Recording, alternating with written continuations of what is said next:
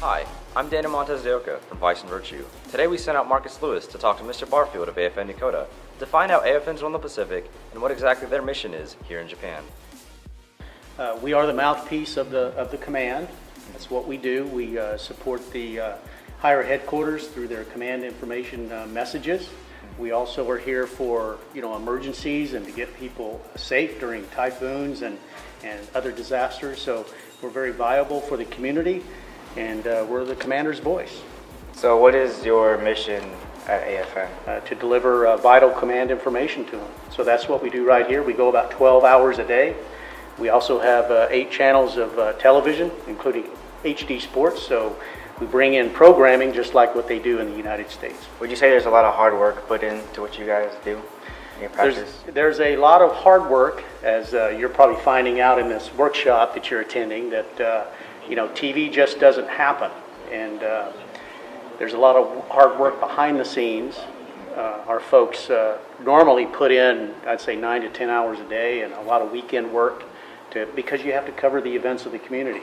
And a lot of times that doesn't happen just from 8 to 5 each week. Can you tell us a bit about the scope of AFN? We cover everything from all the way to Diego Garcia, Korea, and Japan. So it's a pretty wide area that we have to cover, more than 100 million square miles and about 300,000 folks that we broadcast to.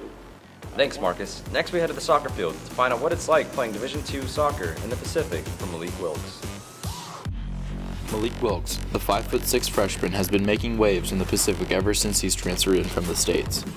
With 24 goals scored as of March 30th, Malik is by far the leading goal scorer in boys Division II soccer.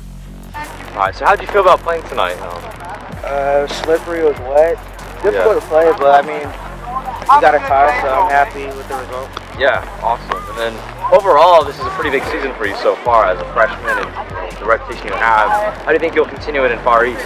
I think we'll win Far East if we stay competitive and stay together as a team and play well. I mean, I don't know, if we click, we're going to win, I think. Absolutely. Thank you very much. Thank you. The Zama Trojans, with the help of their newfound superstar, have an amazing chance at winning Division II boys soccer Far East this year. From Vice and Virtue, this is Aaron Meisner. Yokota Air Force Base, Japan, at the Far East Journalism Conference. At the conference, students and professionals from around the world come together to showcase and develop their talents in journalism. Each year, there are 10 of these conferences, each with its own strength and weakness. Vice and Virtue has come to this one in particular to find out what it is exactly that students and their professionals have to deal with throughout the week.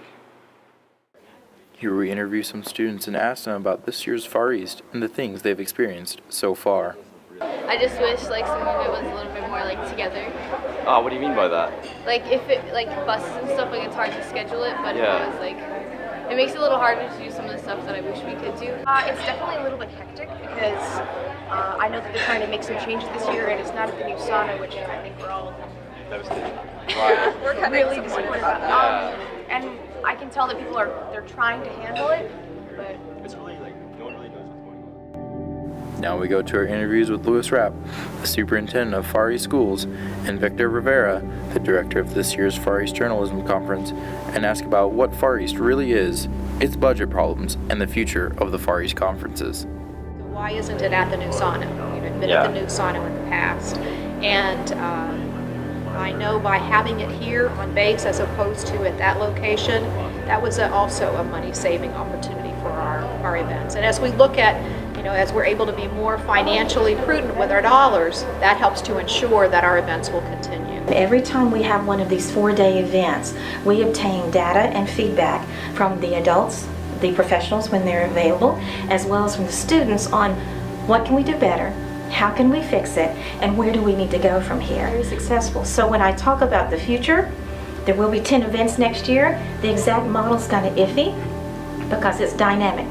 As I get this feedback, I work with the committee and I work with senior leadership in DoDEA to make sure we're making the best decisions to try to support all these events. And there's so much you can learn here. So at the end of the day, it's about students and it's about making sure that we provide you something, right? That you can go back home and talk about and that you get something. You leave the conference with something. So that was the idea. we're just trying to make the best of it, and I think it's gonna be fun on the outlook that we give it. You think Far East in general is a pretty unique experience for students? Oh yeah. Traveling places, learning with others. I think it gives us an idea of what it's actually like to be in the journalism field and stuff. So I like it. I mean, even meeting everyone here, I mean, I knew like 3 people coming here, and then I got here and I started making friends with cool people. It doesn't matter where the venue is, right? It is do you, as a student, right, leave this conference better than when you came, right? And that's the idea.